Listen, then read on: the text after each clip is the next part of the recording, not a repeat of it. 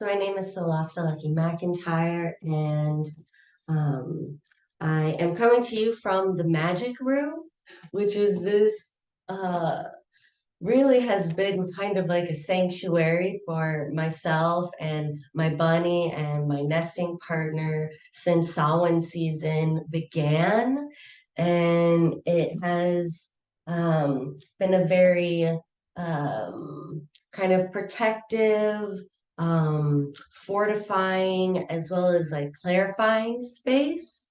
And I'm excited to share the energy of this. Like, I feel like I live at the bottom of like a magic hat, like with a magic rabbit. That's the magic room. It's just a space out of time. So welcome. Please allow yourself to become situated into that time in your own way, in your own being, as we are here together. And I would like to read just a short little passage from a book by Adrienne Maree Brown called Emergent Strategy. And this book, Shaping Change, Shaping Worlds, feels really important always, but especially at this time of immense uh, death, fear, anger, like all of the survival responses that could possibly be happening in the human psychological experience happening on a massive scale. And this book is really powerful because it speaks to the true power of the most of working and within an inch or on a mile wide and um like thousands of layers deep. So, or I think it's actually an inch wide and a mile deep. That's what it is. And that's a quote from Adrienne Maree Brown, kind of speaking to how really important it is and how also ecologically sound and reflected back to us the true power of change existing within the one-to-one relationships, interactions, processes of our day-to-day lives really being the true soil for our collective evolution, revolution, and liberation. So I've really been sinking into that teaching, that lesson. And now I offer it to you. So here's just a short passage from what is really a mind-blowing, spirit-affirming, and body-grounding book. So this is from page 3, the introduction. The world is full of beauty, magic, miracles, and patterns that induce wonder. Emergence is one of the best concepts I have learned for discussing this wow, this wonder.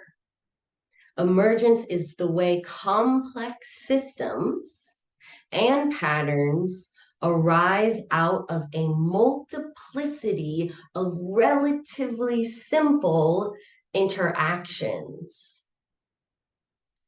It is a way of speaking about the connective tissue of all that exists. The way the Tao, the force, change, God, goddess, life, birds flocking, cells splitting, fungi whispering underground. Emergence emphasizes critical connections over critical mass, building authentic relationships, listening with all the senses of the body and the mind.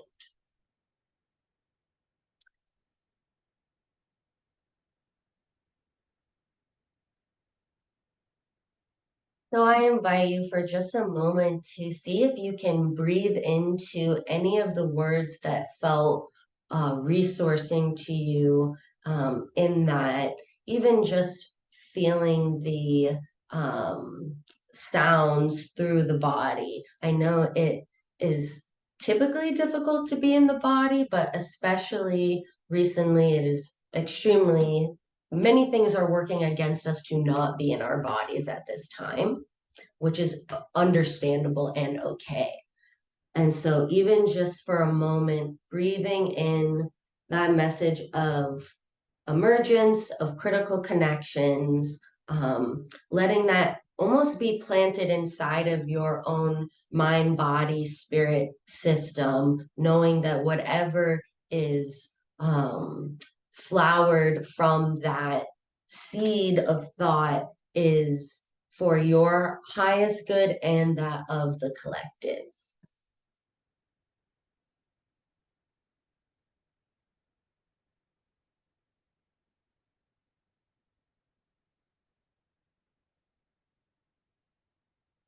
And now I'm going to pull some cards.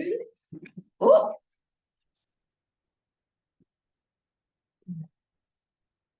I'll be pulling from the Rider Waite Smith um, deck, as well as the Living Altar deck.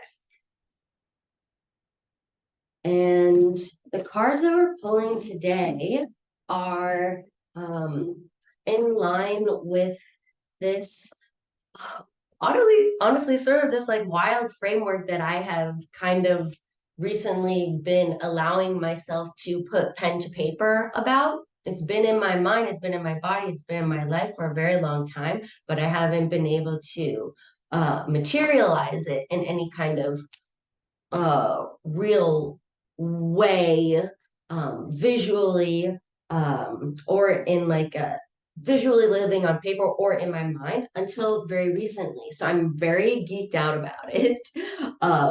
The Full and Plenty Joy Life Spiral. And in the spiral, there are 5 key channels of change. And essentially, these are pieces of a pie, of a wheel that integrate many, many layers to them, 13 in fact. And each of those layers are a different kind of, you can call it a plane, you can call it a cycle, you can call it a portal, you can call it a chapter, a developmental stage, whatever you want to call it. It is a chunk of time whereby we are learning a certain kind of lesson and exercising different muscles of our body. Body being the physical, the emotional, the psychological, the spiritual, the communal, the ancestral, multiple layers of the body. So these 5 channels of change, and we're really inspired by my eating disorder recovery journey, because that is when I started going to therapy. And it was the catalyst for, I mean, the catalyst for the recovery of who I am and where I come from and why I am here. So that is recovery to me, whether it's in, an eating disorder context or any kind of context. Investigation, reclaiming, and reintegrating of essential parts of the self that make up the beautiful prismatic whole. So these channels of change were inspired by that journey, including through uh, somatics and psychotherapy and dance, and personal art making practice and ancestral remediation practices, as well as many meanings making systems that I've been exposed to throughout the years: astrology, tarot, the social change ecosystem, emergent strategy, like so many amazing lineages. So this is my attempt at trying to make sense of it for myself. And in that honoring of the social change ecosystem, sharing that as either information for people to use for their own journey, or even just inspiration to create your own version of that. Because I believe every single person has that within themselves, and has their own channel by which to share that with the world. And that looks so many different ways, and that is what is reflected in nature. So we're doing a 5-card reading. And this is really to hold us through the end of 2023 as we release and as we prepare for this next circle around the sun. Pretty wild. We'll be pulling a card for breaking cycles, for becoming embodied, for freeing expression, for tending spirit, and for aligning dreams. And this message, whomever it receives, can be applied on the level of the self, the level of relationships, and the level of the community.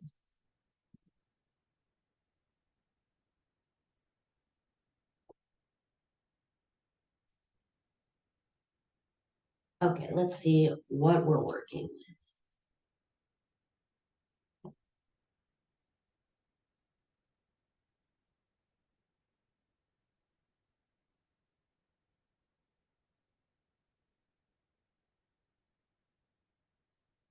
Wow. These are very powerful cards.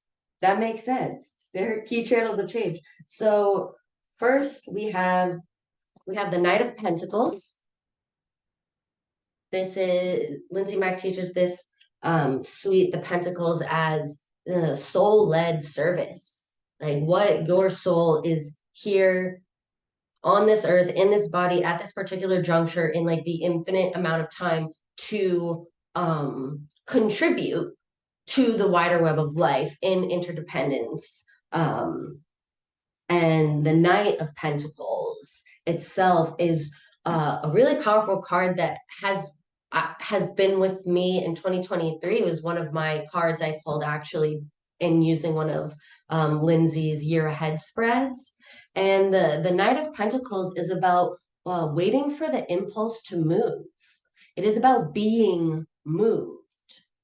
So it is a card of embodied patience and like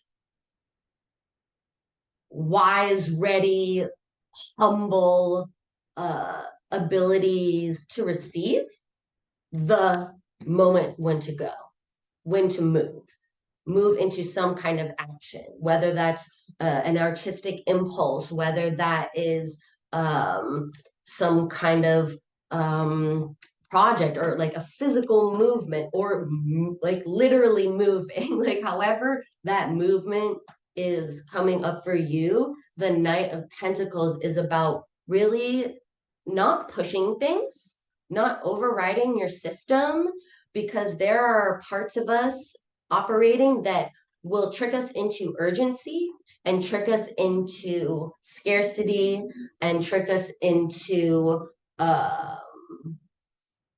an out of balance version of helping, like a saviorism kind of thing, can be one of like the shadow versions of that urgency. So the Knight of Pentacles is really about being in the body, in line with the soul, and trusting that your body and spirit will give you the call and that you will be there to answer it. So this is very much a like what through the end of the year is we're being asked to break cycles around, is our version of what gets in the way of being able to wait for the impulse to move, to be moved. What is the block? What is the belief? What is the part? Fight, flight, freeze, submit, attach, you know, the going on with regular life part that's just like, I just got to keep going. I just got to keep going. I just got to go through this to-do list and like do. You know, Nine of Pentacles is really waiting to be moved. And so we must reflect on what prevents us from being able to have that kind of embodied patience and trust. Really, at the root of it, issues around trust. So that's our Breaking Cycles card, Knight of Pentacles. Then here we have the Chariot reversed in the becoming embodied channel of change, which is so beautiful because the Chariot is literally about leaving behind old chariots that doesn't serve us, we don't need anymore. You know, like an embodiment that we might not need anymore is a certain way we posture ourselves in defense, or in whether that's this kind of defense or this kind of defense. Letting go of obviously relationships, of places, but especially internal beliefs that manifest in the body and reflect out through the rest of life. It really is that internal chariot needing to be left behind. And here with it being reversed, one way that could be indicated is we're starting to close this lesson up. I mean, it is the end of the year of the Chariot card year. Like that is literally the year we have been in 2023, year 7, card 7. So you might reflect on, you might like use your body as a meditative source, as an experiential inquiry into what is left for me to clear this year. You know, what is left for me to let go of, to tie up the loose ends, to change, to transform, to kind of tidy up and sweep out. Use your body to come to that answer, or think about that around becoming embodied. What are beliefs, behaviors, contexts that are, are preventing you from being in your body? And it's like been avoiding like clearing that out, or haven't had the capacity, the accessibility to do that. So having compassion regardless, but really thinking about around the becoming embodied, what's ready to be released. Right, and then we have the Three of Pentacles reversed. Again, Pentacles, soul, is very much this time of the year. The end of the year is the most spiritual time of the year in so many different cultures around the world.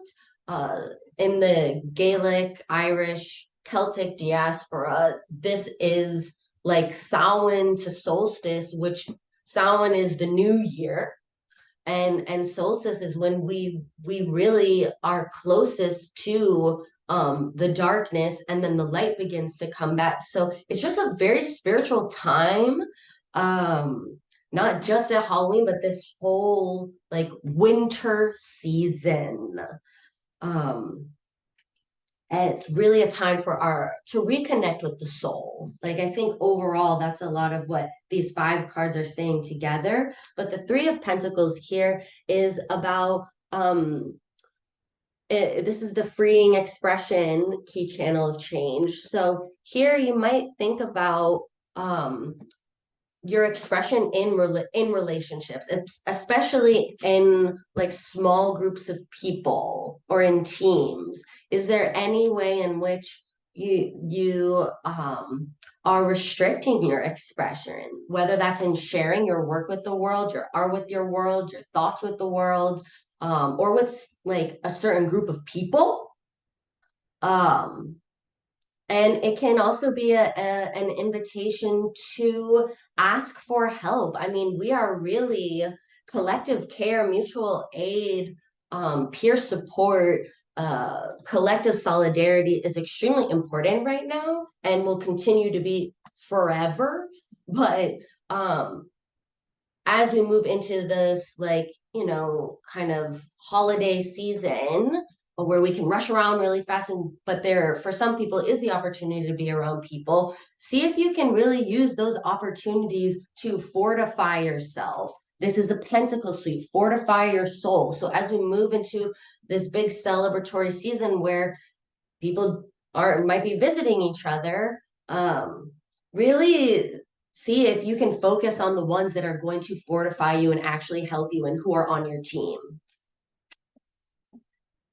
For tending spirit, we have the Two of Cups reversed, and this is all about the relationship that we have with ourselves. So in tending our spirit, know that we are really tending ourself, our essential self, our authentic self, our higher self, whatever you want to call it. You're the divine that lives within you and is reflected in all people, in all places, in all things all around you. That is the invitation, tapping into that kind of, like, you know, Adrienne Maree Brown said, that multiplicity of simple interactions, connections, that is the medicine, that is the tending on the energetic, spiritual, you know, the things we cannot tangibly see. That is the lesson through the end of the year. And finally, with aligning dreams, we have the Emperor. This is so wild that this is the card, just because the traditional, very like white colonizer interpretation of this card is around empire, domination. And we are seeing that. As a citizen of the United States, I have been in deep reflection around what it means to have been born into and grow up in a global empire. You know, it's a huge thing. So as the aligning dreams channel of change is all about becoming radical, going to the root of the cause and healing it from there, pulling out the weed from the roots, and then using that weed that's been villainized by colonization to be transformed into medicinal magic, you know? So the Emperor, the reason why, the true energy of the Emperor is becoming a redwood tree. And knowing that you are a redwood tree, you are meant to be a redwood tree and take up that massive space, but not in a way that crowds out other people, not in a way that dominates other life forms. The redwood tree is interconnected and allows for additional life to thrive within its branches. That is the aligning dreams that we are meant to be doing right now. Oh man, Emperor. And finally, quick review of our of our life spiral reading. We have, you know, breaking cycles, Knight of Pentacles. We have becoming embodied, the Chariot. We have freeing expression, Three of Pentacles. We have tending spirit, the Two of Cups. And we have aligning dreams, the Emperor. And in closing, I invite you to, you know, check in with your body for a moment, take a few breaths. I just put out my candle with my onesie. Whoops. See if you can take a few breaths and get more comfortable, because this last card, this is kind of the bringing it all home card. This is the integration card. This is just the symbolic poetic magic from the witches at the living altar, a spell to take with you, move through your system in integrating this full and plenty joy life spiral reading through the end of the year for your and the collective's highest good.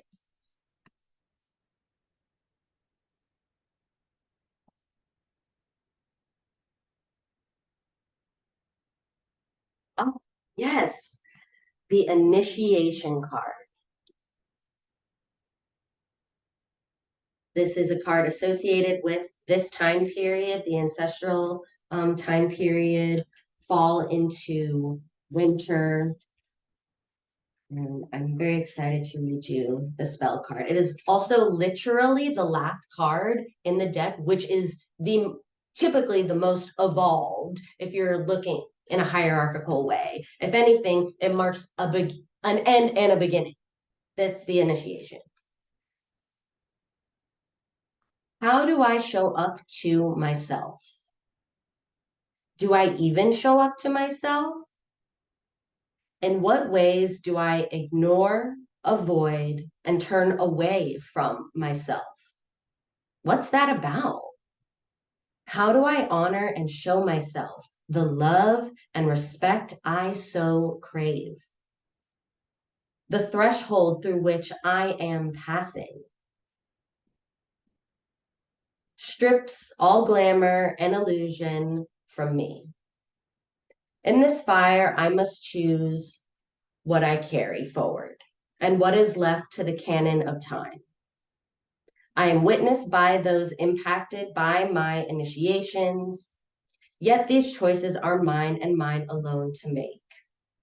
What I carry with me from this moment forward is my sole responsibility to tend.